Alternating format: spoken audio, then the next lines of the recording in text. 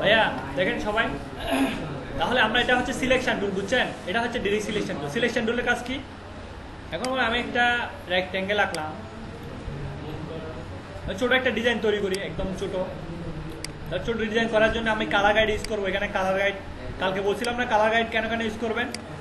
এটা নিলাম, এখান থেকে এটা হচ্ছে হোয়াইট কালার নিলাম, এখানে একটা টেক্সট লিখি যেটার নাম হচ্ছে ধরেন গ্রাফিক্স ডিজাইন, গ্রাফিক্স ডিজাইন।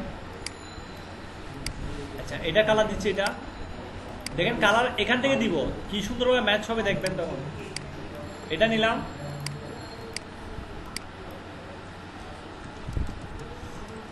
আমি গ্রাফিক্স ডিজাইনার।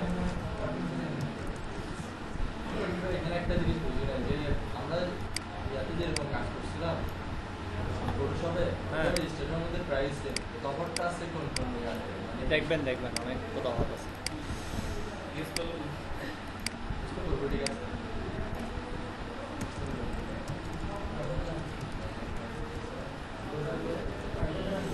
আমি কিছু ট্যাক্স লিখলাম এমনিতে।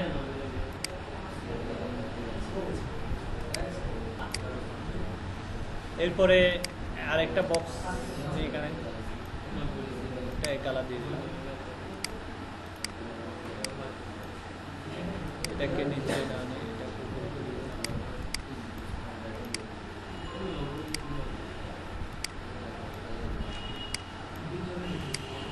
দেখেন ছোট একটা ডিজাইন তৈরি করলাম, সুন্দর দেখাচ্ছে অনেক। তার হারমোনি আছে ডিজাইনগুলোর মধ্যে। কেন হারমোনি আছে? কারণ আমি এখান থেকে ইউজ করছি সেই জন্য।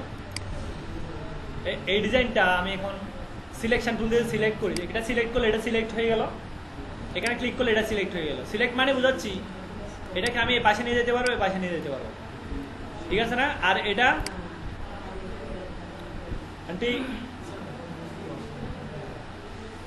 দেখেন এখন যে এটা সিলেক্ট করি এটা আসতেছে। এটা সিলেক্ট করলে এখন মনে করেন কন্ট্রোল জিরো তো কাজ করবে এখন। অর্থাৎ আমি একটা সিলেক্ট করলে একটা সিলেক্ট হচ্ছে, পুরোটা কিন্তু সিলেক্ট হচ্ছে না। আমি মনে করেন আমার পুরোটাই সরানো দরকার, তখন আমি কি করে ফেলবো? পুরোটা এভাবে সিলেক্ট করে কন্ট্রোল জি, মানে গ্রুপ করা। এখন আমি যদি যে কোনো একটা দরে টান দিই তাহলে পুরোটাই সরে যাচ্ছে। এটাকে বলা হচ্ছে গ্রুপ করে দেওয়া। গ্রুপ করলে একটা সুবিধা আছে। গ্রুপ করলে সুবিধা হচ্ছে আপনার প্রত্যেকটা বিষয় একসাথে থাকলো। যেমন আপনি একটা বিজনেস কার্ড ডিজাইন করছেন, প্রত্যেক ডিজাইন একসাথে আছে, আপনি এটার জন্য নাড়িয়ে এক পাশ থেকে অন্য পাশে যদি নিয়ে যেতে চাই তখন আমার সুবিধা, এখানে নিয়ে যেতে পারবো, পুরোটাই চলে যাচ্ছে। যদি আমরা গ্রুপ না করতাম তাহলে এই সমস্যাটা ফেস করতাম, যেখানে অনেক পুরোটা সিলেক্ট করে কন্ট্রোল জি গ্রুপ, ঠিক আছে? এখন মনে করেন আমি এটা তো গ্রুপ করলাম, আমার মনে করেন এই লেখাটা এখন দরকার। কিভাবে সিলেক্ট করব? তো দুইভাবে সিলেক্ট করা যায়। আসলে আমি যে কাজগুলো দেখাবো ওইগুলো অনেক প্রকারে করা যায়, ঠিক আছে? এটা মনে করার দরকার নেই যে আমি এভাবে করছি, টিউটোরিয়াল দেখবেন এভাবে করছে, তাই বলে এটা না যে আমারটা রাইট ওনারটা ভুল, তো ওনারটা রাইট আমারটা ভুল, ঠিক আছে? তাহলে বুঝতে পারবেন যে এই কাজগুলো অনেকভাবে করা যায়, ঠিক আছে? আর সবগুলো কাজ আমি তো আর একবার দেখাতে পারি না, ঠিক আছে? সেজন্য আপনারা বেটার হবে, আমি তো কাজগুলো দেখাচ্ছি ওগুলো দেখবেনই, আবার বাসায় গিয়ে টিউটোরিয়ালে দেখবেন, তাহলে অনেক ধরনের কাজ শিখতে পারবেন একসাথে। আর সবগুলো মনে রাখে না যেগুলো কাজ। মনে করেন এখানে আমি যদি শুধু এটা সিলেক্ট করতে চাই, এটা এখন গ্রুপ আছে, পুরোটা গ্রুপ। এখন এটা সিলেক্ট করতে চাইলে শুধু এই লেখাটা পারতেছি, এই সিলেকশন টুল দিয়ে পারতেছি না, তখন আমাকে কি করে ডাবল ক্লিক করবে হবে। এখন শুধু লেখাটা সিলেক্ট, এটাকে বলা হচ্ছে আইসোলেশন। কি বলছি? কোনো গ্রুপ থেকে যে কোনো একটা অবজেক্টকে সিলেক্ট করার জন্য আমরা কি করবো? ডাবল ক্লিক করবো, ঠিক আছে? মানে আবার যদি বাইরে ক্লিক করে দেখেন এখানে একটা অপশন তৈরি হয়ে গেছে লেয়ার, এটা বলছে যে এটা লেয়ার, তারপর একটা গ্রুপ আছে, গ্রুপের ভিতর থেকে আমি এটা সিলেক্ট করছি। এই যে ঢুকতেছি একটার পর একটা এখানে দেখাচ্ছে, এখানে ক্লিক করলে আমি আবার আগের লেয়ারে ফিরে আসলাম। এখন দেখেন পুরোটা আবার সিলেক্ট হয়ে যাচ্ছে। আইসোলেশনটা বুঝছেন না? ডাবল ক্লিক করলে হবে শুধু। হ্যাঁ, এটা সিলেকশন টুলের ক্ষেত্রেই হয়। মনে করেন আপনার একটা ডিজাইনে অনেকগুলো গ্রুপ আছে, ডিজাইন তো অনেক বড় ডিজাইন, তো এখানে অনেকগুলো গ্রুপ থাকে না, তখন আমরা প্রবলেমে পড়ে যাই যে এটা যদি আনগ্রুপ করে ফেলি আলাদা সিলেক্ট করতে পারবো, কিন্তু ওই সময় প্রবলেমে পড়ে যাবেন কোনটা কোন লেয়ার আছে সেটা বুঝতে পারবেন না। তখন আপনার ডিজাইনটা কি হয়ে যাওয়ার নষ্ট হয়ে যাওয়ার সম্ভাবনা থাকবে। কিন্তু আপনি যদি আইসোলেশন মোডে এটা যান, তেমন মনে ডাবল ক্লিক করেন, যেটা দরকার সেটার উপর বারবার ডাবল ক্লিক করবেন, তাহলে এটা চলে আসবে। দেখছেন ডাবল ক্লিক করছি, এটা অলরেডি আমি লিখে ফেলতে পারতেছি। এসটা কেটে দিন, গ্রাফিক্স ডিজাইন, ডাবল ক্লিক করবেন শুধু। সিলেকশন টুলে ডাবল ক্লিক করলে আইসোলেশন হয়, ঠিক আছে? অর্থাৎ আপনি গ্রুপে ঢুকে যাবেন একটার পর একটা। এখানে দুটো গ্রুপ আছে, সেই জন্য এত বেশি পরিমাণ ঢুকতেছে না। বড় একটা ডিজাইন নিয়ে দেখাবো, সেটা দেখবেন, ঠিক আছে? আর আমি পুরোটা শেষ করি, সবগুলো প্রশ্নের উত্তর পেয়ে যাবেন, ঠিক আছে? প্রশ্নগুলো আপনার মনে রাখেন, পরে আমি সবার উত্তর দিব। গ্রাফিক্স এটা লিখলাম এখানে। এখন হচ্ছে মনে করেন আমার অনেক সময় প্রয়োজন বলতে পারে আইসোলেশন মোডে না গিয়ে ডাইরেক্ট কোনো একটা লিখাকে সিলেক্ট করে এডিট করা, ঠিক আছে না? তখন আমি কি করবো, এখানে ডিরেক্ট সিলেকশন টুলটা আছে, এটা দিয়ে ধরে, এটা দিয়ে ধরলাম। এখন তো গ্রুপ আছে, এটা কিন্তু গ্রুপ আছে, কিন্তু আমি এখান দিয়ে এটা ধরতে পারতেছি আলাদাভাবে, ঠিক আছে না? ধরে এভাবে আমি এস লিখে দিলাম, ঠিক আছে? তাহলে আইসোলেশন মোড ছাড়াও আমি সিলেক্ট করছি না। আচ্ছা, মনে করেন এরপর আরেকটা প্রবলেম আছে, এটাকে আমি এক্সপান্ড করে ফেললাম। এক্সপান্ড কেন করে? এক্সপান্ড করে কোনো লেখাকে, এটা হচ্ছে ট্যাক্স আছে, ট্যাক্সকে অবজেক্টে নেওয়ার জন্য, ট্যাক্সকে অবজেক্টে কনভার্ট করার জন্য আমরা কি করি, এক্সপান্ড করি। এটা বোল্ড করে দিলাম। তাহলে এই লেখাটাকে আমি এক্সপান্ড করে, অবজেক্ট এক্সপান্ড। তাহলে এক্সপান্ড করা লেখা আর জেনারেল লেখার মধ্যে ডিফারেন্স হচ্ছে, আমি যদি এটা চাইলে এডিট করতে পারবো, এখানে পারতেছি না। উই মেক্স দ্য বেটার, এভাবে লিখলাম। উই মেক্স হয় না, গ্রামাটিক্যাল ভুল। আচ্ছা, মনে করেন এটা জ্যাকুবিয়ান না আর কি, গ্রাফিক্স শিখতেছি, গ্রামার শিখতেছি না। তাহলে মনে করেন এটাতে দেখে আমি এডিট করতে পারতাম, কিন্তু এটা এডিট করতে পারতেছি। আর টুল দিয়ে এটার উপর ক্লিক করি, এডিট হচ্ছে না। ক্লিক করেন, হচ্ছে না। কেন হচ্ছে না? কারণ হচ্ছে এটা এখন ট্যাক্স নাই, এটা কি হয়ে গেছে, অবজেক্ট হয়ে গেছে। আচ্ছা, মনে করেন আমি এখন একটা কালারকে, একটা লেয়ারকে এক ধরনের কালার দিব, কীভাবে দিব? যদি এটা দিয়ে দিতে চাই তাহলে অনেকবার আইসোলেশন মোডে যাইতে হবে, ঠিক আছে? তখন পারতেছি, ঠিক আছে? কিন্তু আমার এতবার আবার এটা ক্লিক করতে গেলে, এবার ক্লিক করে আইসোলেশন মোডে গিয়ে পারতেছি, ঠিক আছে? একভাবে দেখালাম এভাবে। মানে আমি সিলেকশানে এখানে এই কালার দিলাম, এখানে এই কালার দিলাম, এখানে এই কালার দিলাম, ঠিক আছে? বিভিন্ন ধরনের কালার দিয়ে দিছি না? এটা কি দিয়ে দিছি? ওই আইসোলেশন মোডে গিয়ে দিছিলাম। মানে আমি শুধু কি আইসোলেশন মোডে পারবো? ডিরেক্ট সিলেকশন টুল দিয়ে পারবো। ডিরেক্ট সিলেকশন টুল দিয়ে এটা ধরবেন, এভাবে ধরে এটা কালারটা এখানে চেঞ্জ করবেন, হয়েছে না? তাহলে এভাবে ডিরেক্ট সিলেকশন টুল দিয়ে প্লাস সিলেকশন টুল দিয়ে আইসোলেশন করে আমরা কি করতে পারি, একটা সিলেকশনকে সিলেক্ট করতে পারি। আবার মনে করেন গ্রুপ সিলেকশন টুল আছে, এটা দিয়ে আমি একটা গ্রুপকে সিলেক্ট করে ফেলতে পারি। এটা দিয়ে একটা লেটার সিলেক্ট হয়েছে, আবার যখন ডাবল ক্লিক করবেন পুরো গ্রুপটা সিলেক্ট হয়ে গেল। এটা কি গ্রুপ সিলেকশন টুল।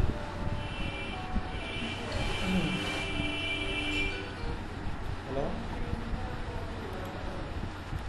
এখন অবজেক্টটা আমরা এক্সপান্ড করে ফেলছি। কোনো একটা লিখে সিলেক্ট করে এক্সপান্ড করলে এটা কি হয়ে গেল, অবজেক্ট হয়ে গেল। আর লিখা নাই, এটা এখন ট্যাক্স নাই, এটা অবজেক্ট হয়ে গেল। এখন মনে করেন এই আমরা এই দুইটা বুঝলাম, অর্থাৎ কোনো একটা ট্যাক্সকে, ঠিক আছে, ট্যাক্সকে আমরা এক্সপান্ড করলে সেটা অবজেক্ট হয়ে যাচ্ছে।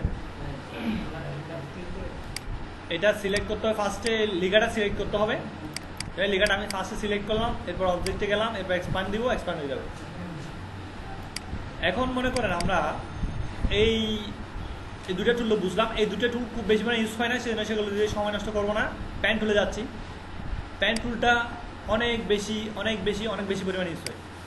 যেমন মনে করেন এই প্যান টুলটা আমি যে একটা ক্লিক করবো প্যান টুল দিয়ে, ফার্স্টে একটা ক্লিক করলে একটা পয়েন্ট চলে আসছে না? এই যে পয়েন্টটা আসছে, এদিকে দেখা যাচ্ছে না, এদিকে করে দিই। এই যে একটা পয়েন্ট চলে আসছে,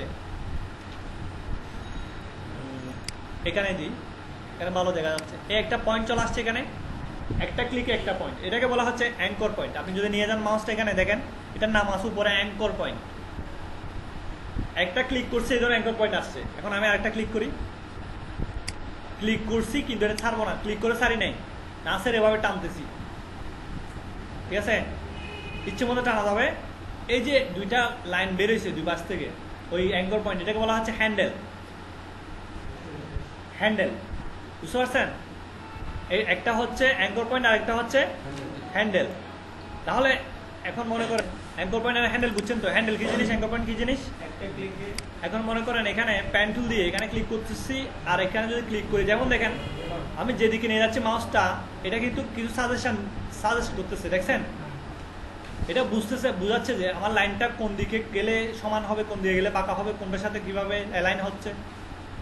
যে লাইনগুলো দেখাচ্ছে যে চিকন চিকন লাইনগুলো, এগুলোকে সাজেস্ট করতেছে, গাইড সাজেশন বলে এটা।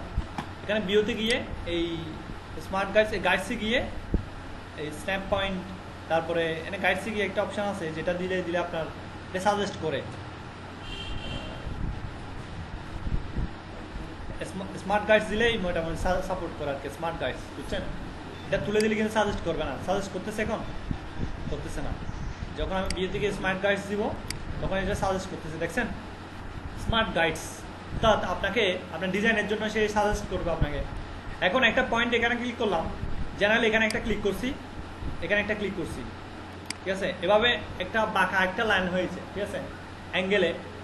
তাহলে বাঁকা লাইন তো আমরা এভাবে তৈরি করে ফেলতে পারি। এখন সোজা লাইন যদি তৈরি করতে চাই, অটোমেটিক সোজা লাইন, তাহলে কি করতে হবে? একটা ক্লিক করলাম, আমি এখানে নিচেও যদি ক্লিক করি শিফট চেপে, লাইনটা সোজা হয়েছে না? একদম 100% সোজা। এটা শিফট চাপতে হবে তখন, ঠিক আছে? এখন যদি এখান থেকে আমি উপরে এখানে চাপ দিই, শিফট চেপে এখানে চাপ দিচ্ছি, এদিকে যাচ্ছে। আচ্ছা, এটা এদিকে যাওয়ার কথা না। মনে করেন আমি এখানে ক্লিক করতেছি, এটা আচ্ছা ঠিক আছে, ফার্স্ট টাইম সেকেন্ড টাইম এটা কাজ করে, থার্ড টাইমে কাজ করার কথা ছিল না, ঠিক আছে কাজ করতেছে, বেশি এদিকে হলে কাজ করতেছে না। তো শিফট চেপে যদি আমরা ক্লিক করি এটা সোজা সোজা যাবে, ঠিক আছে? এখন মনে করেন আমি এই পেন টুল দিয়ে এইভাবে মনে করেন সোজা সোজা লাইন তো হচ্ছে, আঁকা বাঁকা লাইন যদি তৈরি করতে চাই, কার্ভি লাইন তৈরি করতে চাইলে তখন আমার পেন টুলটা এবার ক্লিক করছি, একটা ক্লিক করে এভাবে টানলেই কার্ভি লাইন হয়ে যায়, বিভিন্ন ধরনের কার্ভ তৈরি হবে। কার্ভ তৈরি হয়েছে না? এখন মনে করেন এই হ্যান্ডেলটাকে আমি টেনে পাশে নিয়ে আসতে চাই, মনে করেন এটা একটু কমাই দিব, এটা একটু বাড়াই দিব। কীভাবে করবো তখন? আমরা এখানে এই ডিরেক্ট সিলেকশন টুল এখানে কাজ করবে। এটা দিয়ে ধর এভাবে একটা হ্যান্ডেলকে আমি ছোটো করে দিতে পারি, বুঝতে পারছেন? এটা কিসের কাজ? ডিরেক্ট সিলেকশন টুল দিয়ে আমি পরে আবার এডিটও করে দিতে পারি এটাকে, তুমি লম্বা হওয়া, তুমি ছোটো হওয়া। আচ্ছা, এরপর আরেকটা, এটা দিয়ে এখানে ক্লিক করি, যেমন এটা যদি আমি এখানে আগে এভাবে ক্লিক করছি না, এখানে ক্লিক করলে এখানে আরেকটা পাত তৈরি হয়ে যাচ্ছে, তো আরেকটা পেন টুল দিয়ে আরেকটা লাইন তৈরি হচ্ছে বা সেগমেন্ট তৈরি হচ্ছে। তো আমি এই লাইনের সাথে অ্যাডজাস্ট করতে চাই, তো একসাথে নিতে চাই, তাহলে এখানে ক্লিক করতে হবে। ক্লিক করে এরপরেই এখানে টান দিলে তাতে একটা ক্লিক করতে হবে আগে এখানে, তাহলে এটা অ্যাড হবে। অ্যাড হওয়ার পর এখানে এভাবে অ্যাড করে দিতে পারি একটা। এভাবে পেন টুল দিয়ে আমরা অনেক শেপ, অনেক অবজেক্ট তৈরি করে ফেলতে পারি। এখন এখানে পেন টুল তো বোঝা, add anchor point. Add anchor পয়েন্টটা কি? কোনো একটা জায়গায় ধরেন এখানে তো কোনো অ্যাঙ্কর পয়েন্ট আছে নাই, তাহলে অ্যাড করতে চাইলে কোনো অ্যাঙ্কর পয়েন্ট অ্যাড করলাম। অ্যাঙ্কর পয়েন্ট অ্যাড করার সুবিধা কি? অ্যাঙ্কর পয়েন্ট অ্যাড করে আমি যদি এটাকে এভাবে টান দিই, ওকে, ডিরেক্ট সিলেকশন টুল দিয়ে এখানে যদি টান দিই, দেখেন এটা বাড়তেছে না? বাড়তেছে, বাড়াতে পারি, এভাবে বাড়াতে পারি। আবার অ্যাঙ্কর পয়েন্ট এদিকে একটা যোগ করি, ডিরেক্ট সিলেকশন টুল দিয়ে, যেমন দেখেন অ্যাঙ্কর পয়েন্ট দিয়ে অ্যাঙ্কর পয়েন্ট প্লাস যেটা আছে সেটা দিয়ে অ্যাঙ্কর পয়েন্ট যোগ করলাম, আর মাইনাস দিয়ে অ্যাঙ্কর পয়েন্ট বাদ দিব, এবং ডিরেক্ট সিলেকশন টুল দিয়ে এটা সরাচ্ছি। আমি কোন টুলটা দিয়ে সরাচ্ছি? ডিরেক্ট সিলেকশন টুল দিয়ে। সবসময় রাখবেন, এটা দিয়ে ডিরেক্ট সিলেকশন টুল দিয়ে একটা অ্যাঙ্কর পয়েন্টকে আলাদাভাবে সিলেক্ট করা যায়। দেখছেন একটা অ্যাঙ্কর পয়েন্টকে আমি আলাদাভাবে সিলেক্ট করছি, কিন্তু আপনার সিলেকশন টুল দিয়ে এটা পারবেন না। এখন মনে করেন আপনার এই অ্যাঙ্কর পয়েন্টটা প্রয়োজন নেই, তাহলে বাদ দিবেন, তাহলে minus anchor point, minus anchor point. এখন মনে করেন আমি এই পেন টুল দিয়ে একটা বক্সের মতো আঁকছি বক্স, ঠিক আছে? এখন মনে করেন আমার এদিকে একটু উত্তল আকৃতির হবে, তার কার্ভি হবে এই পাশে, তাহলে এটা কি করব? এটার জন্য আমার কনভার্ট অ্যাঙ্কর পয়েন্ট, এটা তো আবার এটা দিয়ে কাজ হবে না, এটা দিয়ে কাজ করলে সোজা যাবে, ঠিক আছে? ডিরেক্ট সিলেকশন টুল দিয়ে যখন আমি কনভার্ট অ্যাঙ্কর পয়েন্টসে ক্লিক করলাম এখানে, তারপর ধরো যখন ক্লিক করতেছি দেখেন এখানে কিন্তু হ্যান্ডেল বেড়েছে, হ্যান্ডেল বেড়েছে না? আমরা যে হ্যান্ডেল বের করতে চাই কোনো একটা থেকে, তখন আমরা এই কনভার্ট অ্যাঙ্কর পয়েন্টস টুল দিয়ে কাজ করব, বুঝতে পারছেন? ঠিক আছে? এরপরে দেখেন আমি যদি কোনো একটা ছবি নিই, ফাইল ওপেন, কোনো একটা ছবি মনে করেন এই ছবিটা নিচ্ছি, Ctrl 0, আচ্ছা, এখানে জুম টুল আছে, জুম টুল দিয়ে আমরা এভাবে ছবি যে কোনো কিছুকে জুম করতে পারি। জুম করলাম, প্যান টুল নিলাম, প্যান টুল নিয়ে এখানে ক্লিক করলাম, ক্লিক করে এখানে ক্লিক করলাম, এখানে ক্লিক, অল্টার, এভাবে ক্লিক করে খুব দ্রুত করে, হ্যাঁ অল্টার মানে হচ্ছে অল্টার, মনে করে এখানে যে একটা হ্যান্ডেল এক্সট্রা বেরিয়েছে না, এটা ধরেন এভাবে আরেকটা করতে গেলে এদিকে একটু প্রবলেম করতেছে না, সেই জন্য আমি এই প্রবলেমটা থেকে মুক্তি পাওয়ার জন্য এখানে অল্টার চেপে এই যে এক্সট্রা হ্যান্ডেলটা বাদ করে দিই, তাহলে আমার ডিজাইনটা স্মুথলি হয়। অল্টার চেপে এখানে ক্লিক করলাম, এখানে ক্লিক করলাম,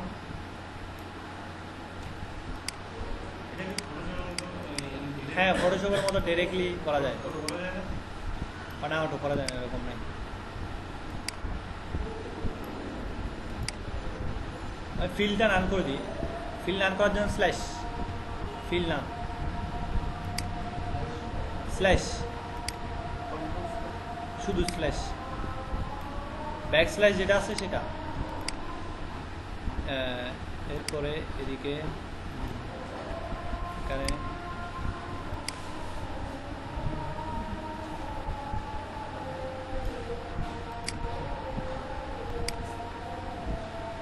আমি কিন্তু এত সুন্দর করে নিচ্ছি না, এটা আরো সুন্দরভাবে করা সম্ভব, তারপরে নিলাম এটা। দেখেন আমি একটা শেপ তৈরি করে ফেলছি না, এখন একটা ছবির উপরে একটা কালার দিয়ে কালার দিলাম, বুঝতে পারছেন? একটা শেপ আমরা প্যান টুল দিয়ে কোনো ছবির উপরে প্যান টুল দিয়ে একটা শেপ পেপার তৈরি করে ফেলতে পারি। তাহলে শেপ টুলের প্যান টুলের কাজ মোটামুটি বুঝে গেছেন আপনারা। এখন ডিলিট করে দিই। এখন হচ্ছে আমাদের টাইপ টুল নিয়ে কাজ করবো। যেমন এই টাইপ টুলটা দিয়ে ফার্স্টে যেটা আছে টাইপ টুল, এখানে 6টা টাইপ টুল আছে, এর মধ্যে টাইপ টুল এটা হচ্ছে এভাবে কাজ করলো, লম্বা যেগুলো লিখছি জেনারেল যে লেখাগুলো সবগুলো কি টাইপ টুল। বাট টাইপ টুলের পরে আরেকটা টুল আছে, এটা হচ্ছে এরিয়া টাইপ টুল। যেমন মনে করেন আমি এখন যদি এরিয়া টাইপ টুলটা নিয়ে এখানে ক্লিক করি, কিছু আসছে create I shape, can create type, কেন? কারণ হচ্ছে সে বলতেছে এখানে এরিয়াতে করতে পারবে। You must click on a non compound or non masking path to create text inside a path. Okay, এখন আমাকে একটা শেপ আঁকতে হবে, মানে এই শেপ টুলটা দিয়ে একটা শেপ আঁকলাম।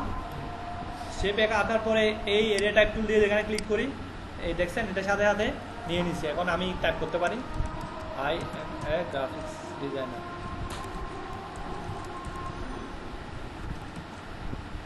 ঠিক আছে, কন্ট্রোল এ, তারপর এটা বড় করে দিই একটু। ঠিক আছে, দেখেন এটা কি হয়ে গেল, এটা এই যে গ্রাফিক্স ডিজাইনারটা এটা পাশে চলে যাওয়ার কথা ছিল না, এটা দেখছেন এতটুকু এই এরিয়ার বাইরে যাচ্ছে না।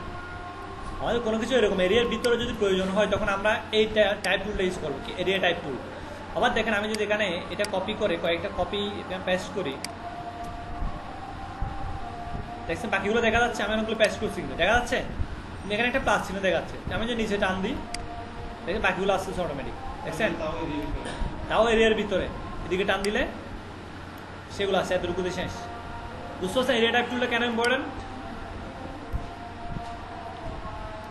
তাহলে আপনারা এটা ইউজ করলেন, এরিয়া টাইপ টুলটা বুঝলেন। এরপরে হচ্ছে আরেকটা টুল হচ্ছে টাইপ অন এ পাথ টুল।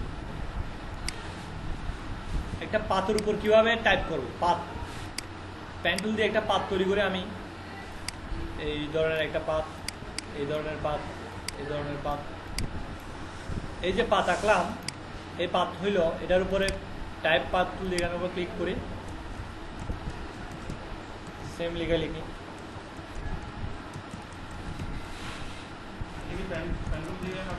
হ্যাঁ হ্যাঁ দেখেন এখানে আবার প্লাস চিহ্নটা চলে আসছে, তার মানে বোঝাচ্ছে কোনো একটা লেখা বাইরে চলে গেলে আরো আছে।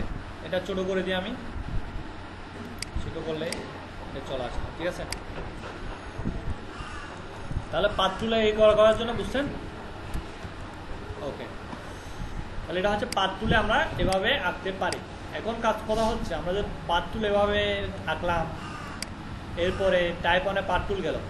এটা শুধু যে পাথের উপর আঁকতে পারে ওরকম না। মনে করেন আমি একটা পলিগন নিলাম, পলিগন নিয়ে এটার উপর এভাবে রাখলাম, রেখে এটার উপরে পাথ টুলটা নিয়ে এটার উপর এভাবে ছেড়ে দিলাম।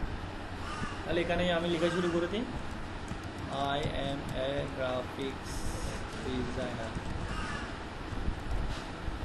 অর্থাৎ আমরা শেপের উপরে টাইপের উপরে সবগুলোর উপরে এটা আঁকতে পারি। বুঝতে পারছেন? আমি যে বৃত্তের উপর রাখতে পারি, স্টারের উপর রাখতে পারি, ফেয়ার সবগুলোর উপর মোটামুটি রাখতে পারবো, ফেয়ার বাদে লেটটাতে পারবেন না। তো বুঝতে পারছেন তো, যে কোনো শেপ যে কোনো কিছুর উপর আমরা লিখতে পারবো। তাহলে পার্টগুলো বুঝছেন তো? হ্যাঁ হ্যাঁ।